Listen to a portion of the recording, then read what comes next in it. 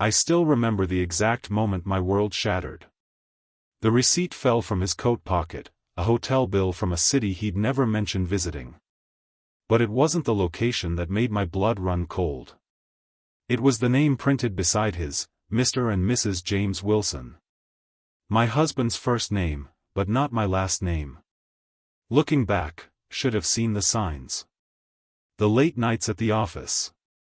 The business trips that seemed to multiply. The way his phone would always be face down.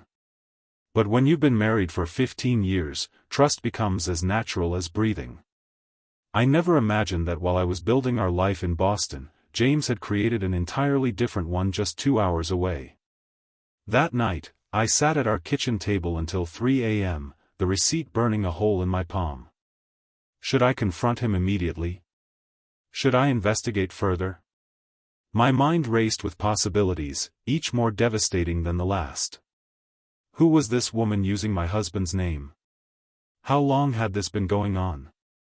And the question that kept me awake until dawn, was anything about our marriage even real? I decided to wait. To watch.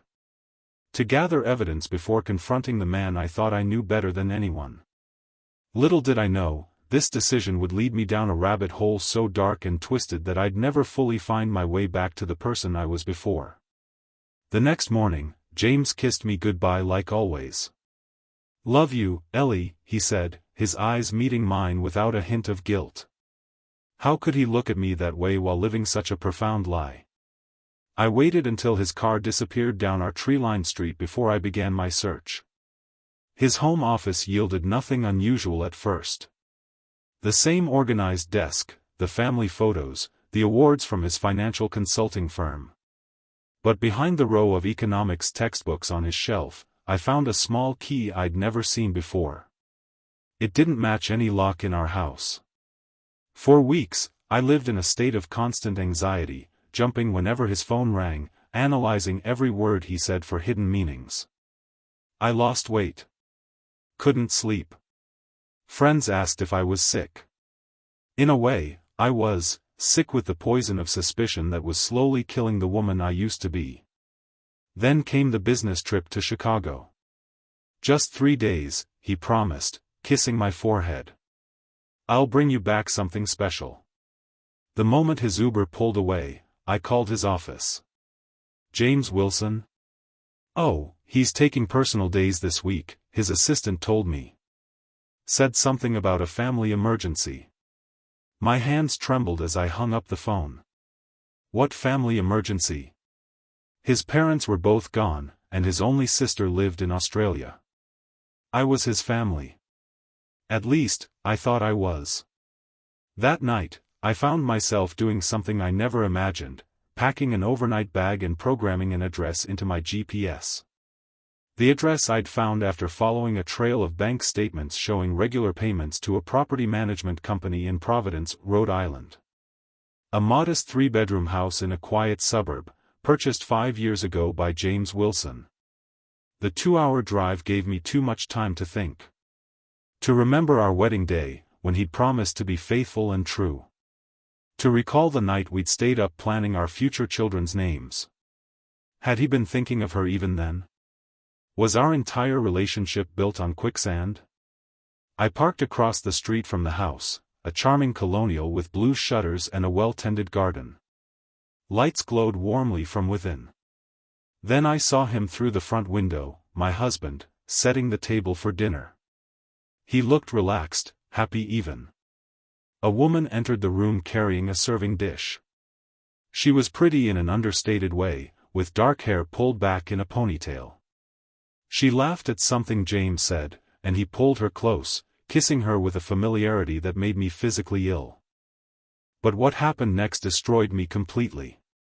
A little boy, no more than 4 years old, ran into the room. James scooped him up, spinning him around while the child squealed with delight. My husband, who had told me for years that he wasn't ready for children yet, was clearly this boy's father. The resemblance was unmistakable. I sat frozen in my car, unable to breathe, unable to process what I was seeing. This wasn't just an affair. This was an entire life, a parallel universe where James Wilson wasn't my husband but someone else's. Where he wasn't childless but a father. Where everything he'd told me about himself, about us, was a carefully constructed lie. I don't remember driving to the hotel. I don't remember checking in. I only remember sitting on the edge of the bed, staring at the wall, wondering how someone could compartmentalize their life so completely. How could he kiss me goodbye in Boston and hello to them in Providence without his soul splitting in two? The next morning, I did what any desperate woman might do, I followed him. I watched as he dropped the little boy off at preschool, calling him Buddy and Champ as he helped him with his backpack. I heard him call the woman Melissa as he kissed her goodbye in their driveway. I trailed him to an office building downtown. Apparently, he had a job here too. A whole career I knew nothing about. For 3 days, I observed this shadow life of his. I learned that the boy's name was Ethan. That Melissa worked as a nurse. That on Thursdays, James took Ethan for ice cream after school. That they attended a local church on Sundays. That they seemed, in every way that mattered, happy. On the third night, as I sat in my hotel room surrounded by notes and photos, evidence of my husband's betrayal, my phone rang. It was James, my James, calling from what I now knew was his other home. "Hey, honey. Just checking in. The conference is running long, but I should be home tomorrow night. Miss you." The casual lie, delivered with such ease, broke something fundamental inside me. "Really?" I said, my voice surprisingly steady. "That's interesting, because I'm sitting in a hotel room in Providence right now, about 10 minutes from your other house. The Blue Colonial on Maple Street? Where your wife Melissa and son Ethan are probably wondering when you'll be home for dinner." The silence that followed seemed to stretch for an eternity. "Ellie," he finally whispered. "I can explain." "Can you, James? Can you explain living two completely separate lives for what, 5 years? 6? Can you explain having a child you never told me about? Can you explain who you even are anymore? Because I certainly don't know." What happened next shocked me more than anything else. He didn't deny it. He didn't apologize. Instead, his voice hardened. "You weren't supposed to find out. Not like this." "Not like this?" I repeated, incredulous. Was there a good way for me to discover that my entire marriage is a fraud? "It's complicated, Ellie. I never meant to hurt you. But you did mean to lie to me. Every day. For years." Another long pause. "I'll come to your hotel. We need to talk face to face." "No," I said firmly. "I don't want to see you. Not now. Maybe not ever again. But I do have one question, James. Just one. Why? Why not just leave me if you wanted a different life?" His answer chilled me to the bone. Because I didn't want to choose. I wanted both. I loved both lives for different reasons. With you, I had status, connections, the perfect Boston power couple. With them, I had simplicity. Warmth. A son. So we were just options to you? Different lifestyle choices? "You wouldn't understand," he said, and I could hear the frustration in his voice, as if somehow I was being unreasonable. "You're right about that," I said. "I'll never understand how someone could be so profoundly selfish." I hung up and turned off my phone. Then I did something I never thought I'd do. I drove back to the Blue House on Maple Street and knocked on the door. Melissa answered, the confusion on her face quickly turning to wariness as she took in my expensive coat, my wedding ring. Some part of her had always known, I realized. Just as some part of me had. "You're her, aren't you?" she asked quietly. "The Boston wife." I nodded, suddenly unsure why I'd come. What did I hope to accomplish? To hurt her as I'd been hurt? To compare notes on our shared husband? To warn her. He's been living a double life, I said simply. I just found out. I thought you should know too. She didn't cry. Didn't scream. She just closed her eyes briefly, then opened the door wider. You'd better come in. Ethan's at a playdate. We have time to talk. Over the next 2 hours, Melissa and I pieced together the elaborate deception James had maintained for nearly 6 years. How he'd met her shortly after a rough patch in our marriage. How he'd claimed to be divorced. How he'd created an entirely separate identity, same first name but different career, different background, different life goals. He'd told her his ex-wife, me, was difficult and bitter, which explained why he sometimes needed to deal with Boston business for days at a time. I always felt there was something he wasn't telling me, Melissa admitted, her hands wrapped around a mug of tea that had long gone cold. But I never imagined this. Neither did I said. And in that moment, despite everything, I felt a strange connection to this woman. We were both victims of the same elaborate fraud, both loved and betrayed by the same man. When James finally arrived home that evening, he found us both waiting in the living room. The look on his face, pure panic mixed with something like relief, told me everything. Some part of him had always known this day would come. Perhaps some part of him had even wanted it to. What followed was the most surreal conversation of my life.